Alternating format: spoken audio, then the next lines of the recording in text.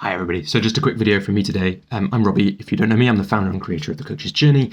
At thecoachesjourney.com you can find out loads and loads of resources for coaches, and that's all part of us at The Coach's Journey really believing in the power of coaching and wanting everyone who has the potential to be an amazing coach to get to do amazing coaching and no one to quit coaching because the business of coaching feels too hard.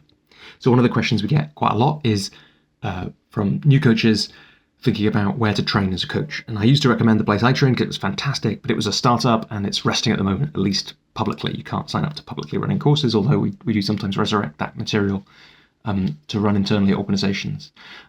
So what I recommend really is what I did in my career change. And so I'll put a link to a little article below about finding work you love, and it's got this bit in it about the lean career change. Essentially that is run experiments to get a good feeling about something or a bad feeling. So if you're looking for coaching training, there's so many things out there. What you want to do is run some low cost, low risk experiments to find out more about a bunch of these training places and then see where you get to. And the good thing about that is most training providers run like an introductory evening or day, and the best thing to do is find the ones online that are most interesting to you, go to their introductory things, see which ones you get a good feel for, and trust it. And look, it can be useful to track to find coaches that you'd like who have been through it. It can be useful to think about ICF accreditation, although I put that a bit lower than some people do in priority order. On the Coach's Journey podcast, for example, you could hear about some really interesting organizations that I've heard good things about, and I love the people I've spoken to who have trained or trained people there. I haven't trained through them, so I can't know for sure, but some of the host team have. So for example, you could think about Barefoot Coaching.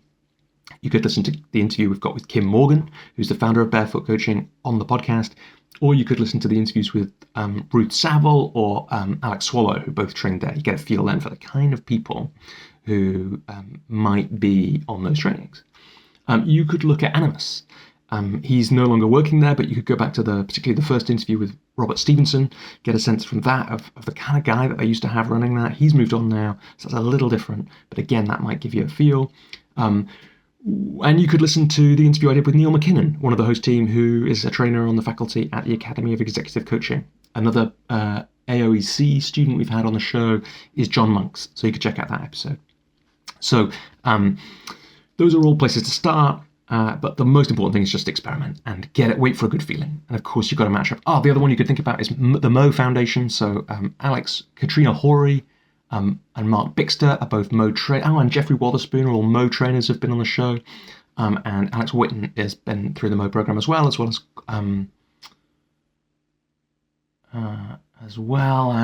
who else have we had? Let me get that up. This is the great thing about recording these videos live. We had a really great guest recently whose surname is escaping me. Chloe Garland, of course. I was going to say Chloe something else, but that was somebody I used to work with. So there's some examples of people you could check out. We'll put some links in the show notes to all those people. And a particular thank you to Paul Bello for the question that prompted me to make this video, because now we've got this. This is how to choose your coaching training. Remember, above all, you're going to keep learning as a coach, and so there's no need. You don't have to get it perfect this time. You just want to get enough so that you can get going. And of course, what I used to say was you might want to think about how they support you to use the coaching as well, because that was something I really valued from the coaching school where I trained before it closed its doors.